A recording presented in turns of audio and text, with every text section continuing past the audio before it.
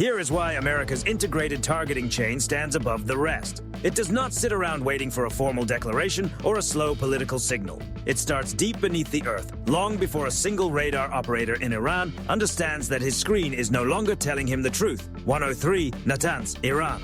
Far below the surface, inside the supposedly unreachable centrifuge halls, a 30,000-pound block of hardened steel was already moving through the night at nearly 800 miles per hour. Moments later, it disappeared into the granite heart of the mountain. This was the GBU-57 Alpha Bravo massive ordnance penetrator, released from a B-21 radar holding position at 55,000 feet. The GBU-57 Alpha Bravo is not just a weapon. It is a $3.5 million message from the United States Air Force. It did not activate on contact. Instead, it used raw momentum to drive through 200 feet of reinforced concrete, stone, and buried protection. Only after reaching the depth it was designed for did its delayed payload trigger. The effect was not a wide spectacle in the sky, but a focused underground shockwave that turned Iran's main enrichment infrastructure into shattered rock, crushed equipment, and silence.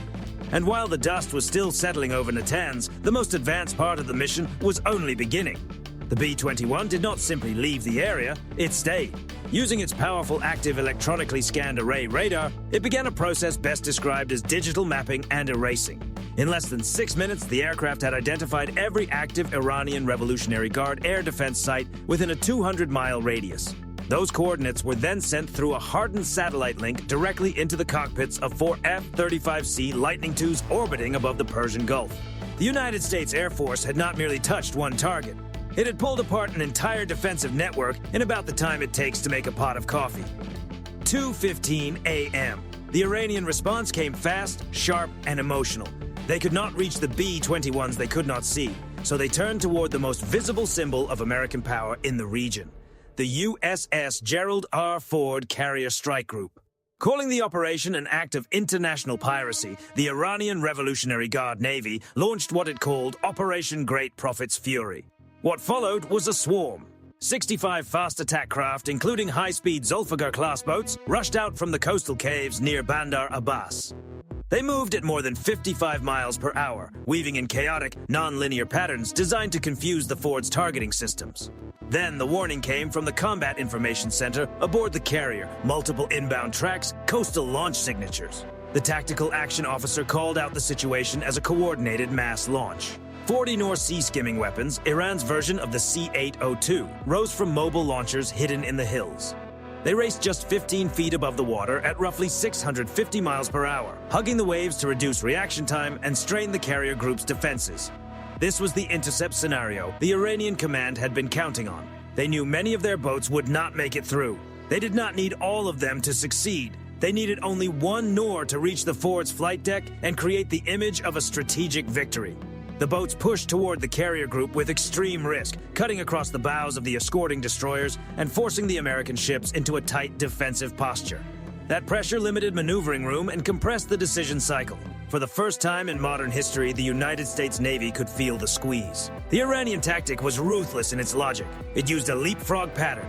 While the fast boats pulled attention toward the carrier's close-in defenses, another layer entered the fight, a specialized electronic warfare drone known as the Simorgh EDW. Then something changed. The Ford's primary defensive advantage, its cooperative engagement capability, began to flicker. The Iranian Revolutionary Guard had found a narrow harmonic gap in the ship's sensor handoff. For a few critical moments, the network that was supposed to see everything no longer looked seamless. For 120 tense seconds, the USS Gerald R. Ford is operating with only part of its vision. The destroyers can still track the incoming threats, but the data they are feeding back to the carrier is being distorted by the Simorgh drones. Targeting from Radar 6 begins showing false contacts, phantom shapes, and broken tracks. Inside the Combat Information Center, the red glow of the battle lamps reflects off the tactical action officer's face. 14 more inbound threats are closing. Distance, 15 miles. Time to impact, 82 seconds. The Ford has no choice. It must trust its close defense systems. The Sea Sparrow launchers come alive. These $1.8 million interceptors are the carrier's shield, and they rise from the ship in rapid waves, 4 at a time every 2 seconds. The evolved Sea Sparrow missile can pull 50 G-turns, and as the interceptors leave their cells, they carve bright lines across the night, searching for the heat signatures of the incoming Iranian cruise missiles. 12 Nor missiles are stopped in mid-air flashes above the water. But the Iranian Revolutionary Guard is not finished. While the Ford's crew is focused on the inbound weapons, the fast boats have reached the danger area. 2:40 a.m. As the Ford makes a hard starboard turn to bring its starboard phalanx close in weapon systems toward an approaching fast boat, the sonar operator calls out with urgency. Mine contact. Multiple smart mines active. Bearing 180. Depth 30 feet. The Iranians did not simply approach the Ford, they used the Wolfpack boats as cover to place Sadaf O2 acoustic smart mines directly along the carrier's projected path.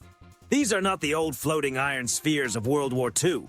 The Sadaf O2 is controlled by a microprocessor. It does not need physical contact. It listens for a specific sound profile, the cavitation signature created by the Ford's 4 massive bronze propellers.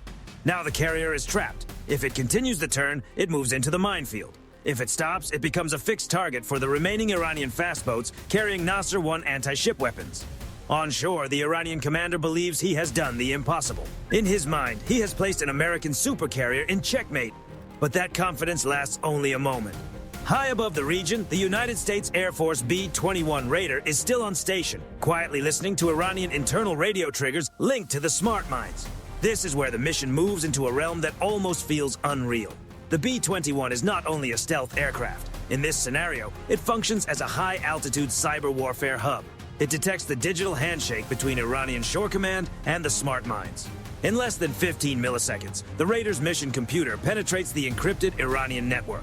But it does not simply shut the mines down. It redirects them. The tactical action officer hears the sonar report. The mines are releasing from their moorings. They are moving.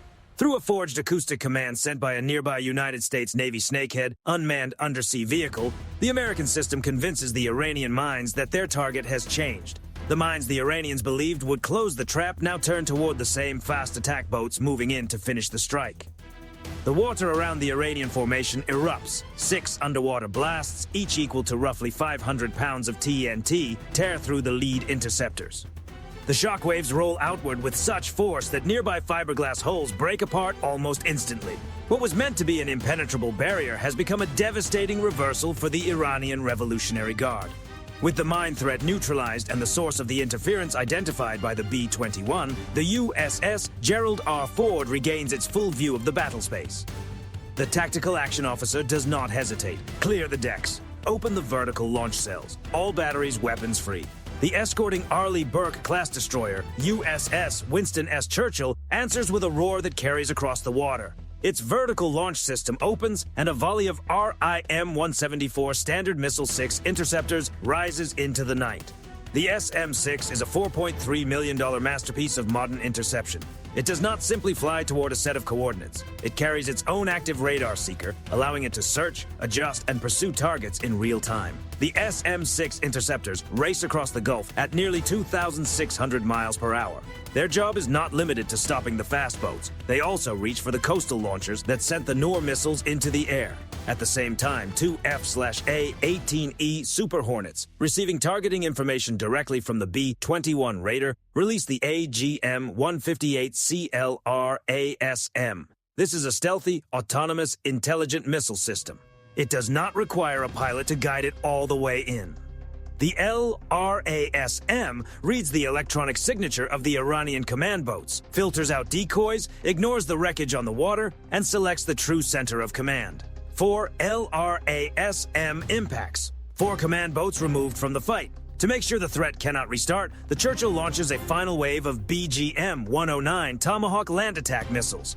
These $2 million missiles move at around 550 miles per hour, staying low along the Iranian coastline. They follow valleys, ridges, and terrain contours to avoid the radar systems still operating along the shore. Their targets are the coastal bunkers where the Wolfpack had been prepared. Moments later, the bunkers vanish under a series of precise strikes. 3:12 a.m. The surface of the Persian Gulf is covered with burning debris, but now the real warning comes from below. The Iranian Revolutionary Guard had expected its connected network to be targeted first, so it had built a hidden backup into the ocean floor. It was not digital, it was not connected. It was purely mechanical, which meant the United States Air Force could not access it through cyberspace. This was the surprise the Fifth Fleet did not see coming. A last resort trigger beneath the water. The sonar warning cuts through the Combat Information Center. High-speed subsurface contacts. Bearing 045, speed 230 miles per hour. For the first time, the sensor technician's voice cracks. These are Iranian Hoot supercavitating torpedoes launched from submerged capsules placed in advance. They are triggered by the heat signature created by the Ford's own escort fire. Because they travel inside a bubble of air, they move less like traditional torpedoes and more like underwater missiles. At 230 miles per hour, the Ford has just 42 seconds before the threat reaches the carrier. Evasive maneuvers, deploy countermeasures. The USS Winston S. Churchill reacts almost instantly. It launches the RIM-139 vertical launch anti-submarine rocket. The weapon climbs into the sky carrying a Mark 54 torpedo, flies 3 miles out, then drops into the water and activates its own sonar to intercept the incoming Hoot. The underwater impact sends a 100-foot column of white water into the air. But 2 more Hoots are still closing. While the Churchill deals with the subsurface danger, the Iranian coastline makes one final attempt. A hidden sleeper battery of Kalashfar's anti-ship ballistic missiles, built specifically to threaten moving carriers, launches from a camouflaged cave the B-21 had not identified. The missiles arc into the upper atmosphere at Mach 3. The Ford's crew is now facing a 3-dimensional battle space. Threats from the air, from the coast, and from beneath the water. To counter the Kalashfar's missiles, the carrier group launches RIM-116 rolling airframe missiles for close-range defense, while additional RIM-174 standard missile, 6 interceptors climb to meet the ballistic threats in their final approach. The SM-6 interceptors connect with the incoming targets 4 miles above the carrier, and the shockwaves shake the Ford's superstructure. Below the waterline, the Churchill's final counter-torpedo reaches the last Hoot just 400 yards from the carrier's hull. The Iranians had built one final mechanical trap, but the American system did not collapse under pressure. It adapted. It absorbed the surge, shifted priorities, and pushed every layer of defense to its limit. For the Iranian Revolutionary Guard, there are no more hidden triggers left to activate. 4:30 a.m. The Persian Gulf is quiet again, except for the sound of the Ford's catapults sending patrol aircraft into the first light of dawn. The wolf pack is gone, the mines are neutralized, the coastal bunkers are reduced to ruins. For Tehran, the strategic consequences are not temporary, they are generational.